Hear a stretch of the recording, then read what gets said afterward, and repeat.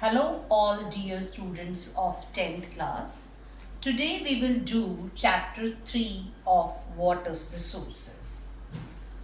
Water resources. Water is most important resource. It is the very important part of biosphere.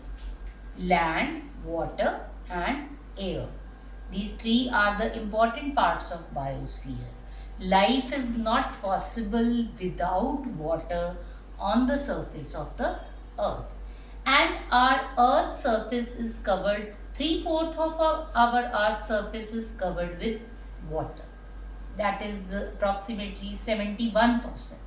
71% जितनी हमारी अर्थ है 71% is water and rest of land, right? Out of that 71%, now 3/4 of the earth's surface is covered with water, and if we see in percentage, 71% of earth is covered with water. Out of that 71%, if we take it as 100, 97% is water is available in oceans and seas. That means that water is saline water, and we cannot use saline water for drinking. We cannot use saline water for agriculture.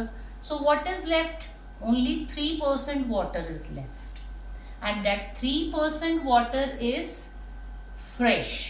Fresh water is available in very small amount. Only 3% it is available. And out of that 3% water, 2% water is in the glaciers, and we cannot use the water of glaciers for drinking, water of glaciers for agriculture. So what is left for us? Only the 1% water. Only the 1% water.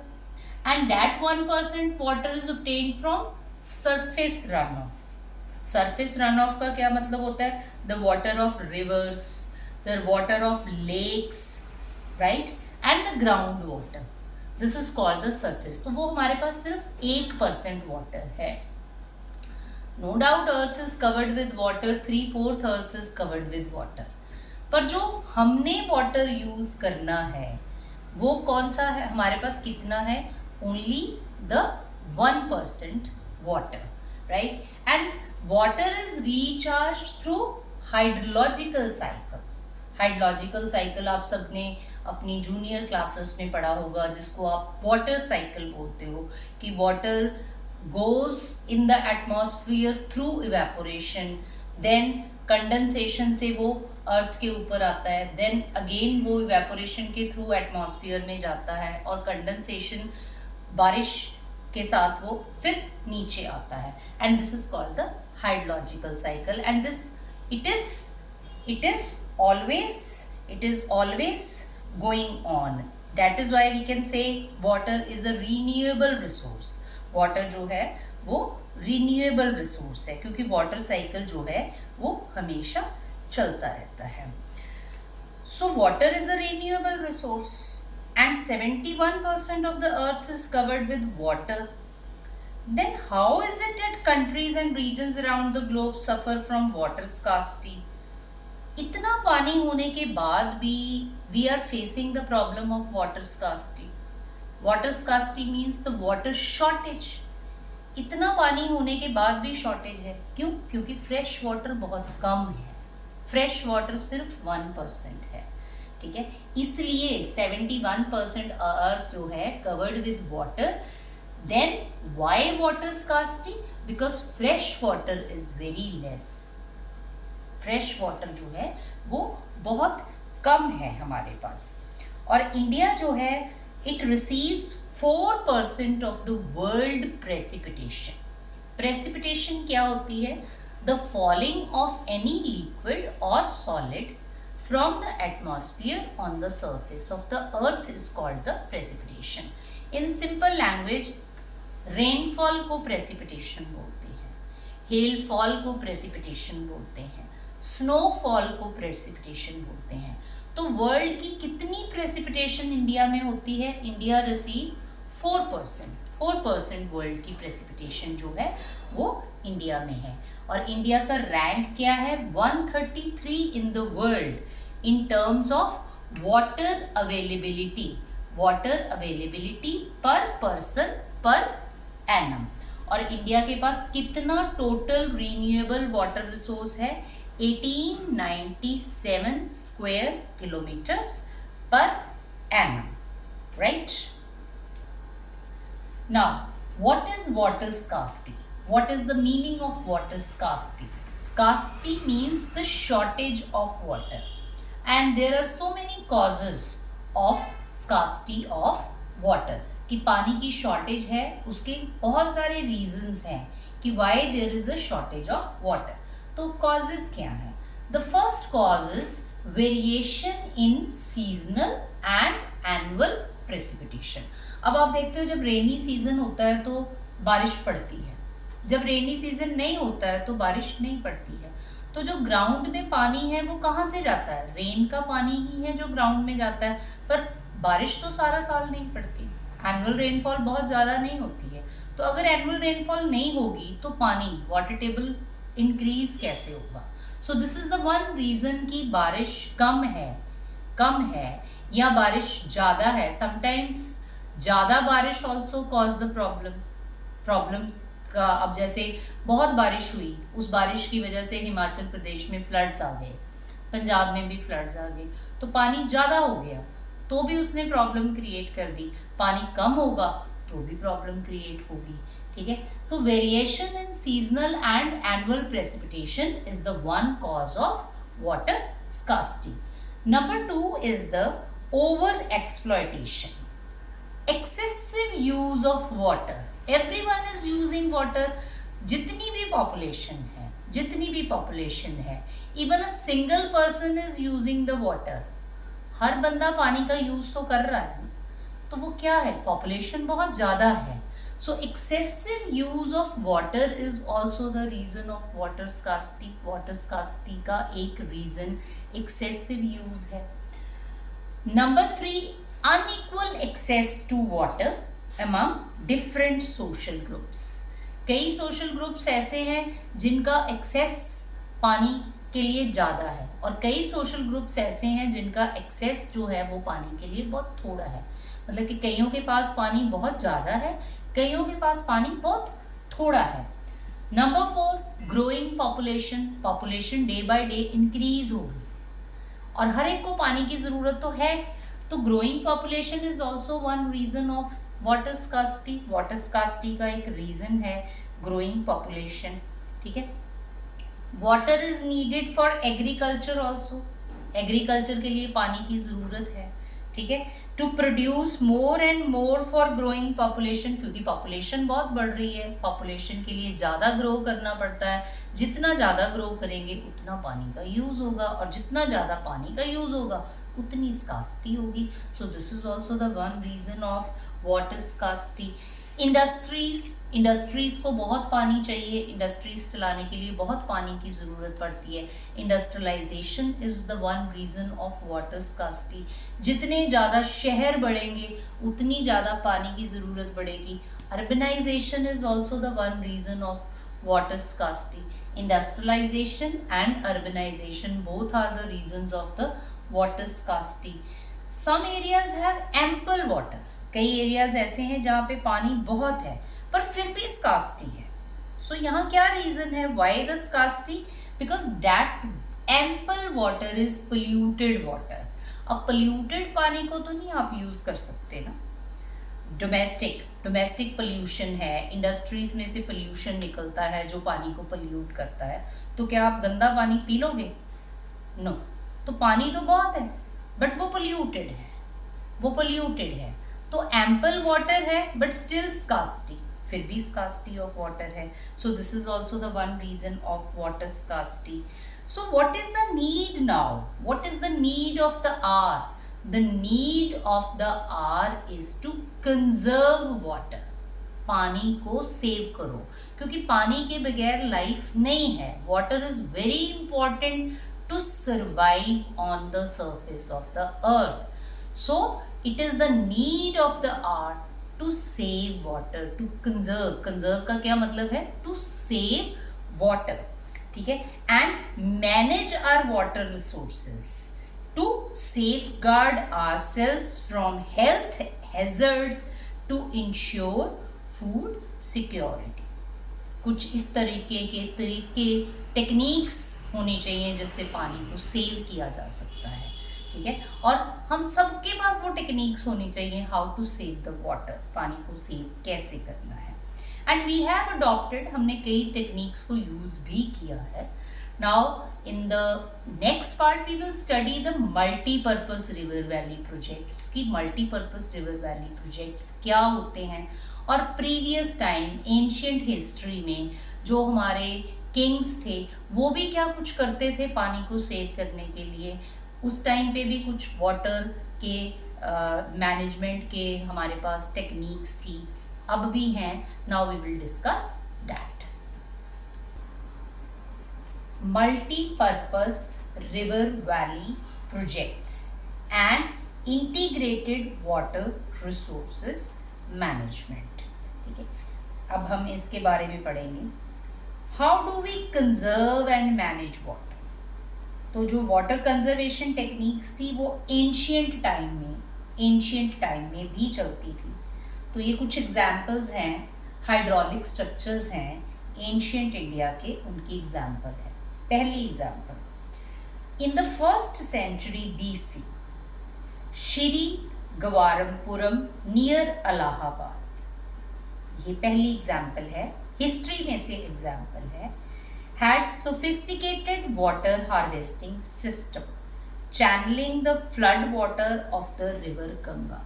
River Ganga में जो flood आ जाता था उसके water को channelise करने के लिए ये sophisticated hydraulic structure 1st century BC में बनाया गया था।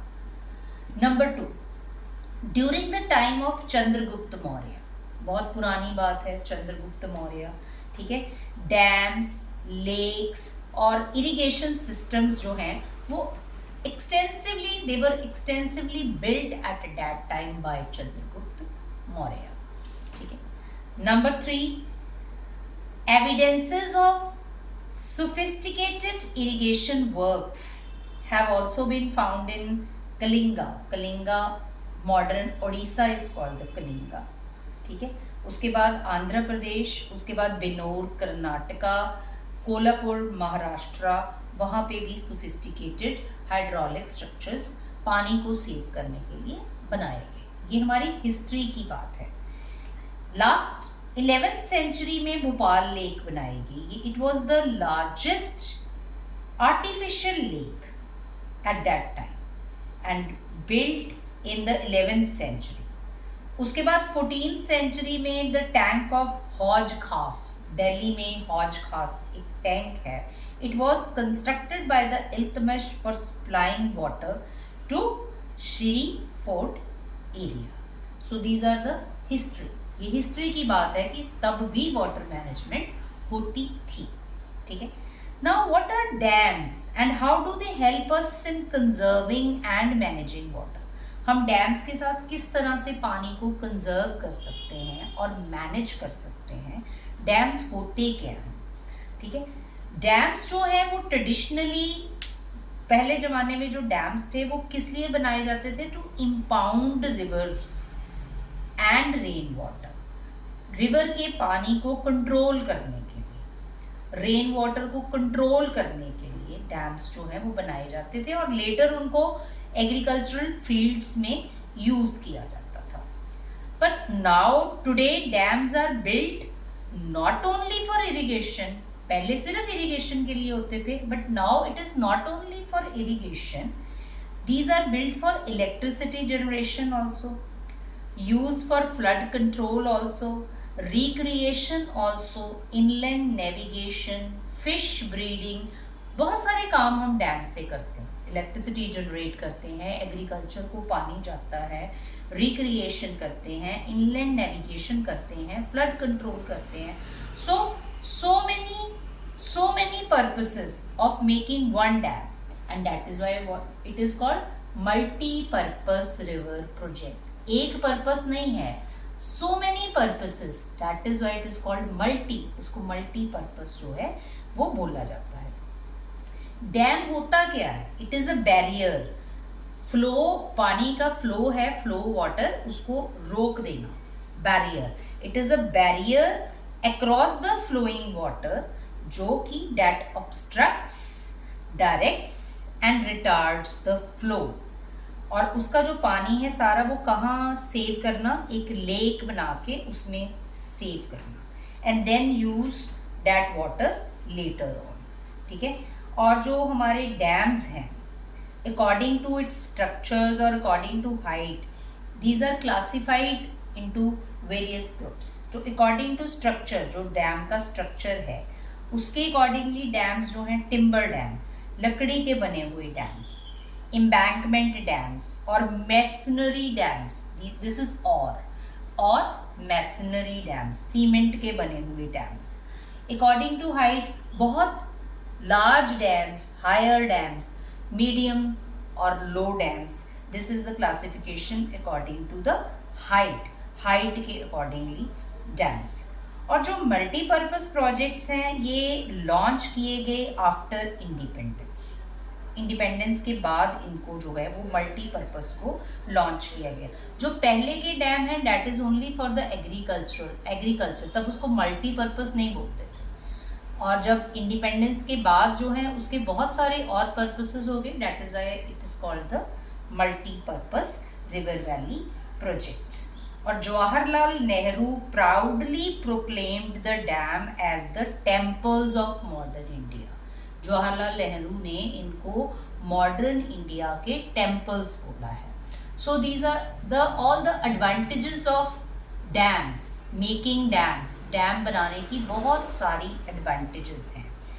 एंड रीसेंट ईयर में जो मल्टीपर्पज़ प्रोजेक्ट्स हैं, लैंड जो लार्ज डैम्स हैं, they have come under the great scrutiny. लोग इनको अपोज कर रहे हैं, दैट मीन्स इनकी कोई डिसएडवांटेजेस भी होंगी, सबसे पहली डिसएडवांटेज क्या है? Regulating and damming of reverse. जब आप रिवर के नेचुरल फ्लो को डैम कर देते हो, रोक देते हो, आपने उसका नेचुरल फ्लो रोक दिया, it will cause poor sediment flow and excessive sedimentation जो है वो बॉटम में हो जाती है। उससे क्या होता है? Resulting in rockier stream bed. जो स्ट्रीम बेड है, जो उसका बेस है, वो बहुत रॉकी हो जाता है। और जब वो रॉकी बेड हो जाता है तो उसके ऊपर हैबिटेट, जो लाइफ है, वो बहुत पुअर हो जाती है। एक्वाटिक लाइफ जो है उसमें बहुत पुअर हो जाती है। आपने एक नेचुरल रिवर को जाती हुई को रोक दिया, उसमें सेडिमेंट डिपॉजिट हो गया, उसका बेस रॉकी हो गया। अगर बेस रॉकी हो गया तो उसमें लाइफ ख़त्म हो गई। तो आपने जो एक्वाटिक लाइफ है उसको ख़त्म कर दिया डैम बना के। तो this is the one disadvantage of making dam. Dam बनाने का ये एक डिसएडवांटेज है। That is why it is under the great scrutiny and opposition now a days. Second, dams also fragment rivers, making it difficult for aquatic fauna to migrate. Aquatic fauna जो पानी में life है उसकी migration is very difficult जब आप उसमें dam बना देते हो, specially for spawning. The reservoirs that are created on the floodplains also submerge the existing vegetation and soil, leading to its decomposition over a period of time. ठीक है. उसके बाद डैम्स की वजह से बहुत सारी सोशल मूवमेंट्स जैसे नर्मदा बचाओ आंदोलन है, टिहरी डैम आंदोलन है, वो शुरू हो गई. ठीक है. Resistance to these projects. अब नर्मदा बचाओ आंदोलन है, ये नर्मदा कहाँ पे है? It is in Gujarat. इसके ऊपर अभी थोड़ी देर पहले डैम इनैगोरेट हुआ है, सरदार सरोवर डैम. पहले लोग इसकी बहुत अपोज कर रहे थे कि ये डैम हमने यहाँ नहीं बनने देना. What is the reason? क्यों लोग अपोज करते हैं कि जहाँ पे भी डैम बनता है it will acquire a large area. Dam को बहुत एरिया चाहिए, तो अब वहाँ पे लोग भी रहते होंगे, उनको डिस्प्लेस होना पड़ता है, वहाँ से जाना पड़ता है. तो कौन है जो अपना घर छोड़ना चाहता है? तो due to the displacement of the people, जब लोग एक जगह से दूसरी जगह पे डिस्प्लेस होते हैं तो वो अपोज तो करेंगे. So this is also the one reason. ये डिसएडवांटेज है of making the dams. Dams बनाने की ये बहुत बड़ी लोकल पीपल जो हैं, अभी अब आपको कोई कह दे कि आप जिस घर में रह रहे हो यहाँ पे डैम बनना है, तो आप अपना घर खाली कर दो, तो it is very difficult for you, आपके लिए बहुत मुश्किल हो जाएगा उसको खाली करना, ठीक है ना। और इट इज़ ऑलवेज उस एरिया में किस तरह के लोग रहते होंगे, स्पेशली जो डैम एरिया है जहाँ पे रिवर है, पुअर पीपल, तो सेक्रीफाइस हमेशा उनको ही करना पड़ता है। So this is also the one reason that people are opposing the government for making dams. Dams are built to control floods. Dams जो हैं वो किस लिए बनाए गए?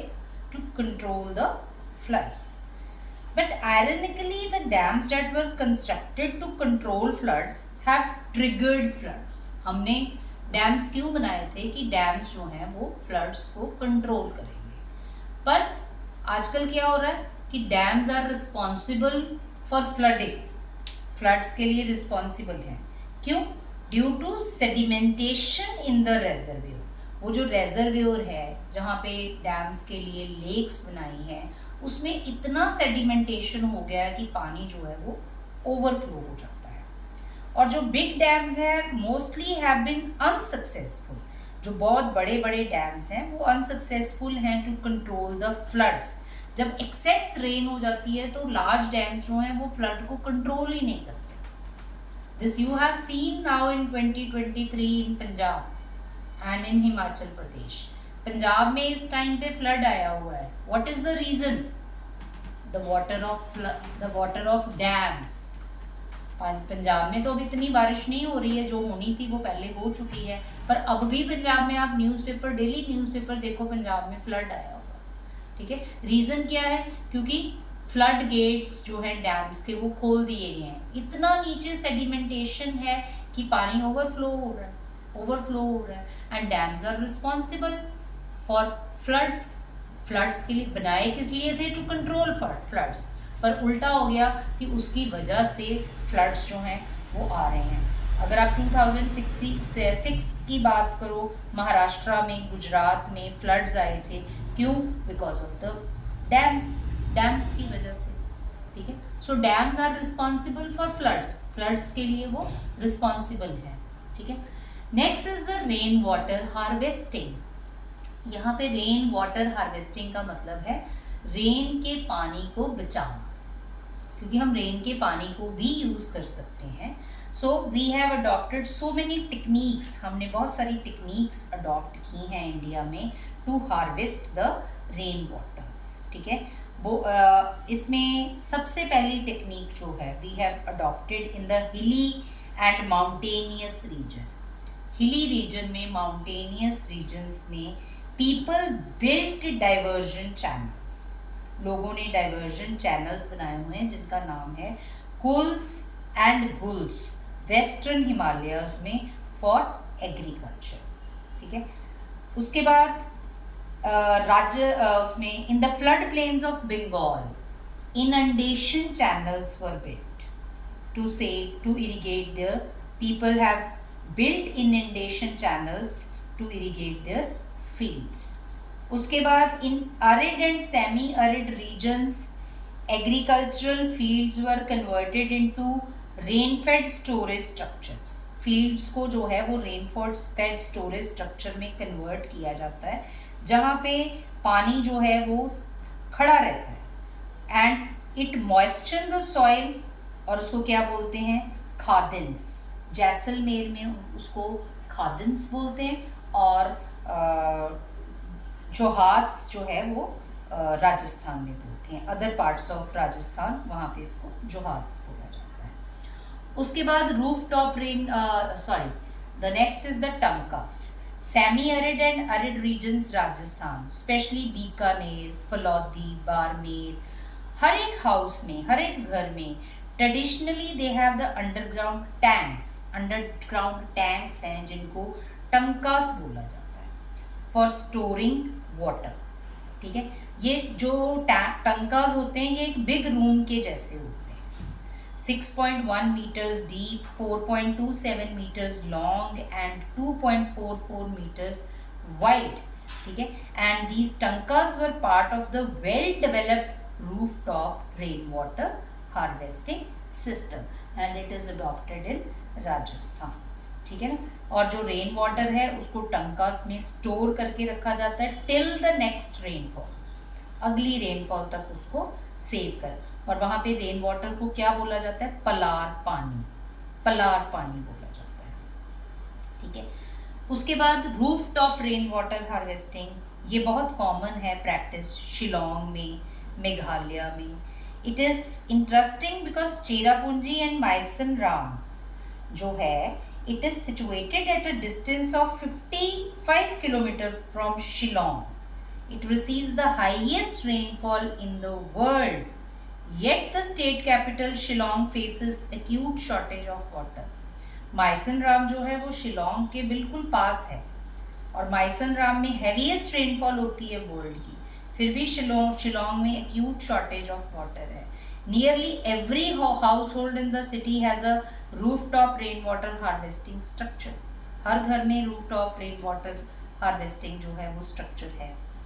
इन वेस्टर्न राजस्थान ये जो प्रैक्टिस है roof top rain water harvesting की, it is on the decline nowadays. Western Rajasthan में अब लोग जो है वो बहुत ज़्यादा roof top rain water harvesting नहीं करते हैं, ये डिक्लाइन हो गई है ड्यू टू राजस्थान केनाल, क्योंकि केनाल से उन लोगों को पानी मिल जाता है, तो वो roof top rain water harvesting की प्रैक्टिस जो है वो वहाँ पे अब कम हो गई है।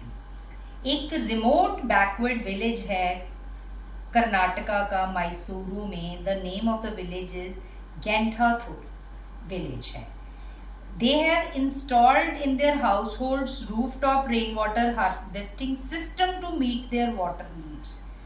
200 households have installed this system, and the village has earned the rare distinction of being rich in rainwater. ये गांव रिमोट है, बहुत पिछड़ा हुआ गांव है, फिर भी यहाँ पे लोग रेन वाटर हार्वेस्टिंग जो है वो करते हैं, ठीक है। उसके बाद बैम्बू ड्रिप इरिगेशन सिस्टम, ये 200 साल पुराना सिस्टम है पानी को टैप करने का। बैम्बू के थ्रू पानी जो है वो एक जगह से दूसरी जगह पे ले जाया जाता है टू इरिगेट द फील्ड्स, ठीक है ना। वहाँ पे इरिगेशन जो है वो होती है। Tapping stream and spring water by using bamboo pipes, ठीक है। बैम्बू पाइप्स के थ्रू पानी जो है वो ट्रांसपोर्ट होता है एक जगह से दूसरी जगह पे, and this is practised in where, Meghalaya में इसको प्रैक्टिस किया जाता है। तमिलनाडु ये फर्स्ट स्टेट है इंडिया का जहाँ पे roof top rain water harvesting structure जो है it is compulsory to all the houses. यहाँ पे सबके लिए roof top rain water harvesting compulsory है। There are legal provisions to punish the defaulters. अगर कोई रेन वाटर हार्वेस्टिंग अपने घरों में नहीं करता है तो government is giving punishment to those people who are not doing this rooftop rainwater harvesting in the homes. So these are some of the techniques to save rainwater which is adopted in India by the people of India. Thank you very much.